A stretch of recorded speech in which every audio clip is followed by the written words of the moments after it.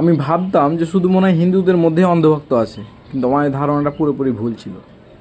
আমাদের মুসলিমদের মধ্যেও অনেক অন্ধভক্ত আছে। সেটা আমি জানতে পারলাম যখন মুর্শিদাবাদে এই বাবরি মসজিদ তৈরি হতে লাগলো, তখন এই ভিডিওটা দেখার পর।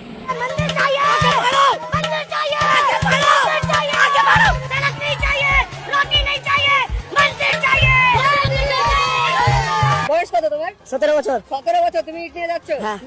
স্কুল যাওনি? না। কেন স্কুল যাওনি? স্কুল যাবো না আমরা। স্কুল যাবে না? না। কেন? আমরা হুমায়ুন কবিরের সাথে। হুমায়ুন কবিরের সাথে মসজিদ যাবে? হ্যাঁ, খালি মসজিদ তৈরি হবে না।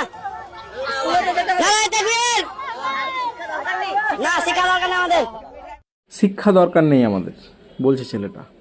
আর ইসলাম সর্বপ্রথম কি কথা বলে জানেন? ইকরা মানে হচ্ছে পড়ো, শিখো, শিক্ষা অর্জন করো, সব ধর্মের, শুধু মুসলিম ধর্মের নয়। আর যে বাবরি মসজিদ তৈরি করছে এই হুমায়ুন কবির, এই মালটাকে আমি আগে চিনতাম না।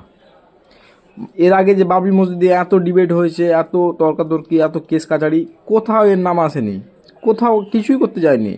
এই আজকে মুর্শিদাবাদে হুট করে চলে এলো, বিজেপি ইলেকশন আছে আর হুট করে চলে এলো বাবরি মসজিদ তৈরি করতে। মানে এখানে হিন্দু মুসলিমটাকে ভাগ করার জন্য এসছে। আপনি ভাবিয়েন না যে মুসলিমদের দরদি, এই কারো দরদি নয়। এই আপনার নিজের সিট চমকাতে এসছে এখানে বাবরি মসজিদের নাম করে। হয়তো বিজেপির এজেন্ট আছে, কে জানে, না হলে কেন এমন কাজ করতে হবে যেটাতে বিজেপি লাভ হবে। তুই যদি এতই ভালো মানুষ হোস, তুই এমনি মসজিদ তৈরি কর না। কারোর নাম দিয়ে তৈরি করার কী দরকার? মসজিদ কারোর নাম দিয়ে তৈরি হয়? তুই এমনি একটা মসজিদ তৈরি কর বড় করে। তুই যদি এত মুসলিম দরদি হোস। এই মালটা কিছুদিন আগে মন্দিরে আশীর্বাদ নিতে গিয়ে দেখলাম আমি ভিডিও একটা, আর আজকে এসছে মুসলিমদের দরদি হয়ে। আর আমাদের মধ্যে এত অন্ধভক্ত আমি জানতাম না, সব মাথায় ইট নিয়ে নিয়ে যাচ্ছে বাবরি মসজিদ তৈরি করার জন্য। মানে নটাঙ্কি দেখতে পারলে হলো, যতগুলো যাচ্ছে বাবরি মসজিদ ইট ফিট মাথায় করে নিয়ে, এদের মধ্যে অর্ধেকের বেশি নামাজই পড়ে না। আর এখানে গেছে নটাঙ্কি দেখাতে, সব মাথায় ইট নিয়ে কত মসজিদকে ভালোবাসে।